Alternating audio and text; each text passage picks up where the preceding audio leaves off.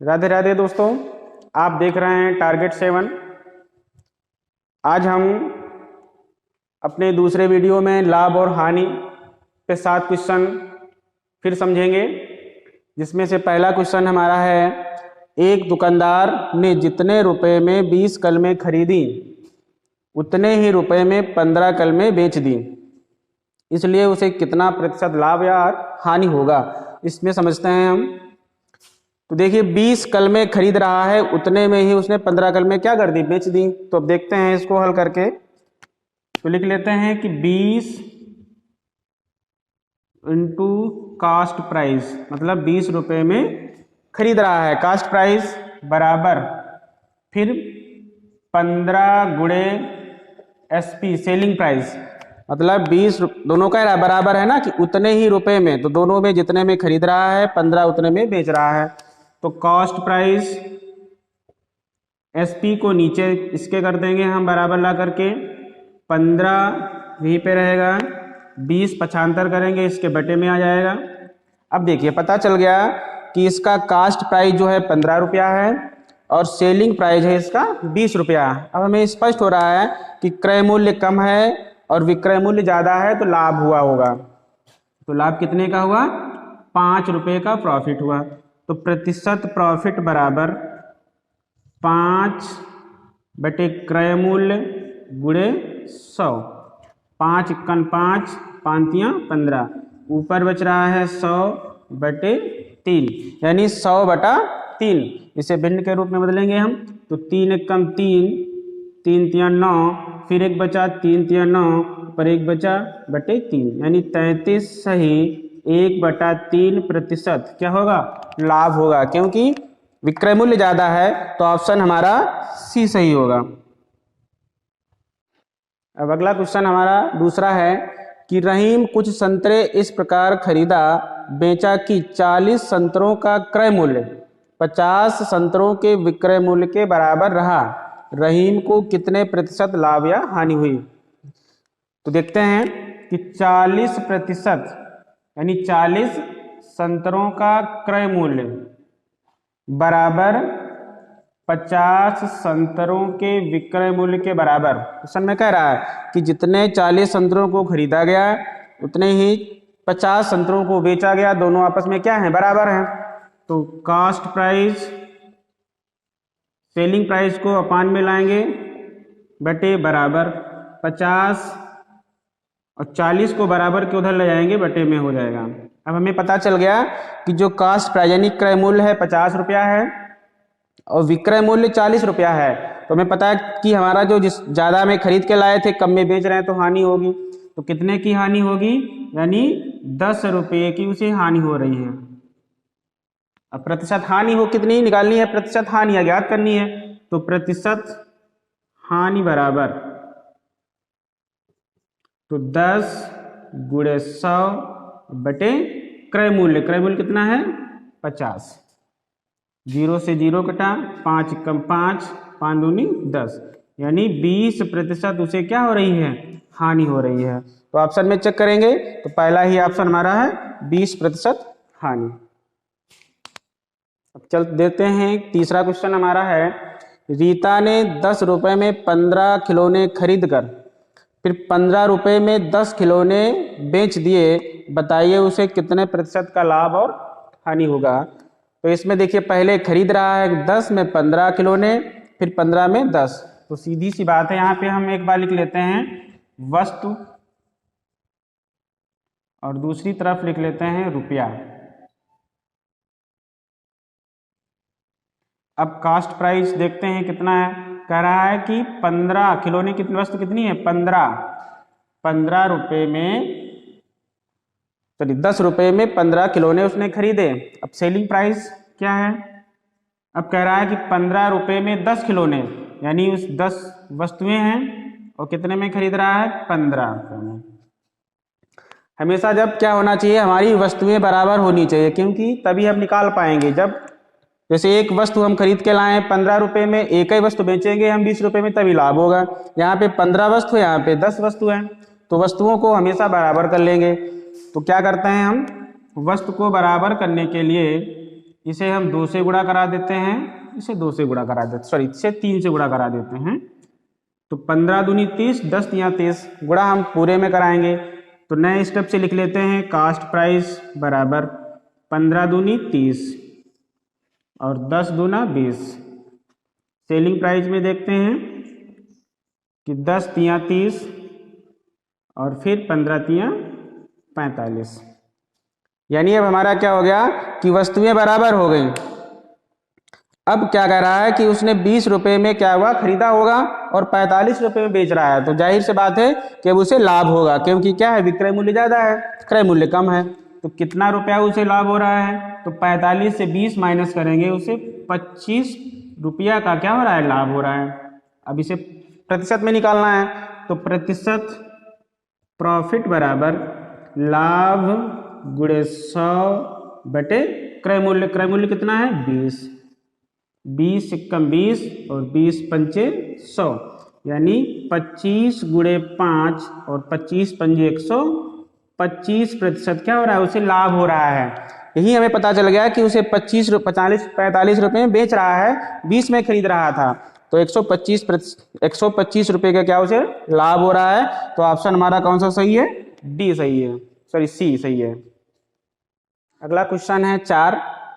संगीता 500 कापियां 20 रुपए में 15 के भाव से खरीदी और उन्हें 15 रुपए में 20 के भाव से बेची, उसे इस सौदे में कितने प्रतिशत लाभ या हानि होगी। देखते हैं इसे हल करके हम लोग। तो फिर वही चीज लिख लेते हैं हम, एक तरफ लिख लेते हैं वस्तु और दूसरे की तरफ लिख लेते हैं रुपया। पहले खरीद रहा है तो कॉस्ट प्राइस यानी क्रय मूल्य। तो कह रहा है कि 15 के भाव से, मतलब कोई वस्तु होगी 15 के भाव से, तो 15 वस्तु लिख ली हमने, कितने रुपए में, 20 रुपए में। ये खरीद रहा है। सेलिंग प्राइस यानी विक्रय मूल्य कितने में बेच रहा है। अब कह रहा है कि 20 के भाव से 15 रुपए में बेच रहा है, तो यानी ये 20 के भाव से 15 रुपए में क्या कर रहा है, बेच रहा है। अब वस्तुएं हमारी क्या है, अलग अलग है। हमने कहा है कि वस्तुएं बराबर होनी चाहिए, तो वस्तुओं को बराबर करने के लिए गुणा करा लेते हैं। तो देखिए 15 चक्कू 60 और इसे 3 से गुणा कराएंगे, 20 तिया 60, यानी इसे हम 4 से गुणा करा लेते हैं और इसे हम 3 से गुणा करा लेते हैं। तो अब नया कास्ट प्राइस बनाते हैं।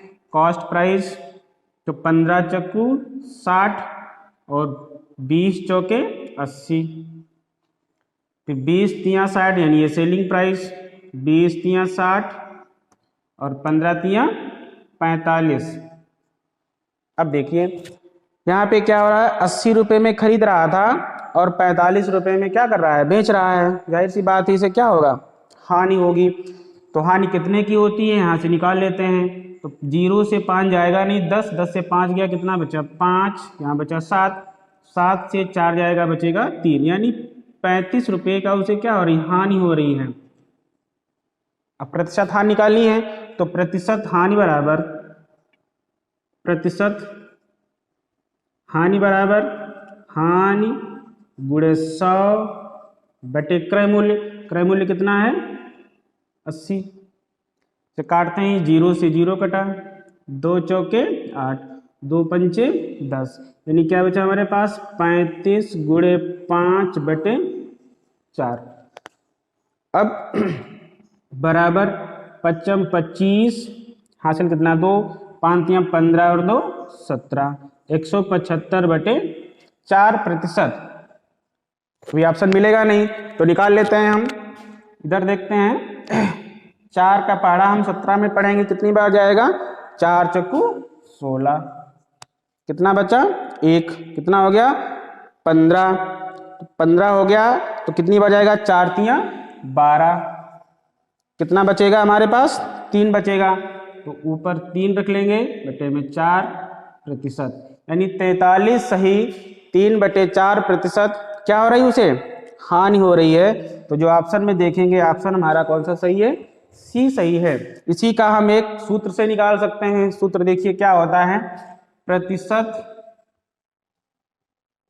लाभ या हानि, इस प्रकार के कभी क्वेश्चन अगर बनते हैं तो सूत्र बनता है प्रतिशत लाभ या हानि बराबर होता है क्रय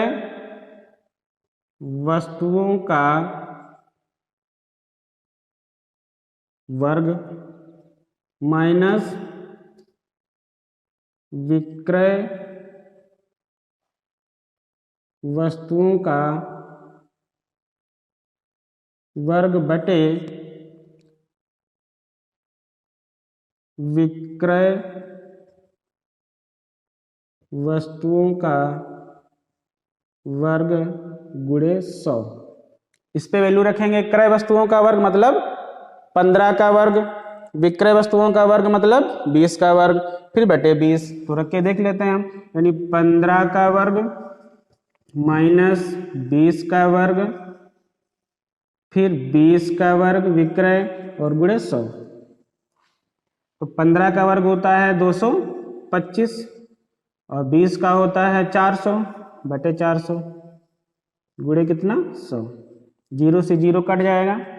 400 से 225 माइनस करेंगे तो बचेगा हमारे पास कितना 5। 0 से 5 जाएगा 5 बचेगा। यहाँ बचेगा हमारे पास कितना 9। 9 से 2 गया 7। यहाँ कितना बचा हमारे पास 3। 3 से 2 गया 1, वो भी का है माइनस का बटे कितना 4। वही चीज आई देखो 175 बटे 4, यही भी 175 भाग करेंगे। अगला क्वेश्चन हमारा है 5। कह रहा है किसी वस्तु को 24 रुपये बेचने पर उतने ही प्रतिशत का लाभ होता है जितना वस्तु का क्रय मूल्य, यानी प्रतिशत लाभ और क्रय मूल्य आपस में क्या है बराबर है। तो वस्तु का क्रय मूल्य ज्ञात कीजिए पूछ रहा है। देखिए इसमें क्या होता है, इस प्रकार से बहुत सरल है, ट्रिक है हमारी एक।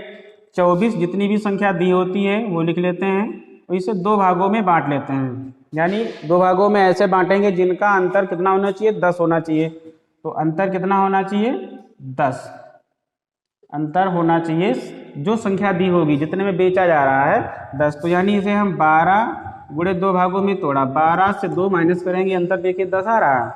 अब जो छोटी संख्या होती है उसमें हम 0 लगा देते हैं, वही हमारा क्रय मूल्य बन जाता है। तो ऑप्शन में चेक करते हैं, ऑप्शन हमारा सी सही है। अगला क्वेश्चन है 6। कह रहा है किसी पुस्तक को 144 रुपये बेचने पर उतने ही प्रतिशत का लाभ होता है जितने वस्तु का क्रय मूल्य है। तो पुस्तक का क्रय मूल्य बताना है। इसके पहले अभी हमने 5वां क्वेश्चन बताया था, उस पर भी प्रतिशत लाभ और क्रय मूल्य बराबर था, तो टिक बताई थी। इसमें भी एक और देख लेते हैं क्वेश्चन। तो 144 दिया हुआ है, हमने बताया था कि जब लाभ प्रतिशत और क्रय मूल्य बराबर हो तो इसमें टिक लगाते हैं। यानी 144 को ऐसे 2 भागों में तोड़िए जिसका अंतर कितना होना चाहिए 10 होना चाहिए। तो ये होता है 18 8 144, यानी 18 से 8 जाएगा, कितना बचेगा 10। देखिए हमने कहा था कि अंतर होना चाहिए कितना 10 होना चाहिए। तो इसे हमने 144 को 2 भागों में तोड़ा, 18 और 8 अंतर आया 10। अब हमने बताया था कि जो छोटी संख्या होती है उसमें 0 लगा देते हैं, वही हमारा क्या बन जाता है क्रय मूल्य बन जाता है। तो हमारा ऑप्शन कौन सा सही है, सी ऑप्शन सही है। अगला क्वेश्चन है 7। कह रहा है कि एक दुकानदार 2 टीवी सेटों को एक ही मूल्य पर बेचता है, एक पर उसे 20% का लाभ होता है और दूसरे पर 20% की हानि होती है, तो उसे दोनों पर कुल मिलाकर कितने प्रतिशत लाभ या हानि होती है। तो इसमें समझना है, क्वेश्चन बहुत बड़ा दिख रहा है लेकिन जब सॉल्व करेंगे बहुत छोटी सी ट्रिक में। तो देखिए कह रहा जब क्वेश्चन हमेशा आए कि 2 सेटों को एक ही मूल्य पर बेचा जाए और एक पर लाभ हो और एक पर हानि हो, तो हमेशा क्वेश्चन में हानि ही होगी। यानी क्वेश्चन का है कि एक ही मूल्य पर बेचा जाता है और एक बार उसे लाभ होता है और एक बार उसे हानि होती है, तो हमेशा याद रखना कि हानि ही होगी। और फार्मूला इसका बनता है कि प्रतिशत हानि बराबर या प्रतिशत हानि बराबर x² बटे 100। तो x² क्या होगा, देखिए x² मतलब जितना ही हानि हो रही है उतना ही लाभ हो रहा है, वही हमारा x हो जाएगा। तो सीधा सा सूत्र लगा लेंगे हम 20 का स्क्वायर बटे कितना 100।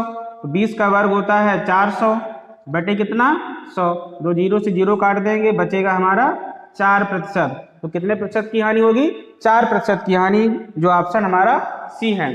आप लोगों को हमारा चैनल कैसा लगा, अच्छा लगा हो तो हमारे चैनल को सब्सक्राइब कीजिए और लाइक कीजिए। राधे राधे।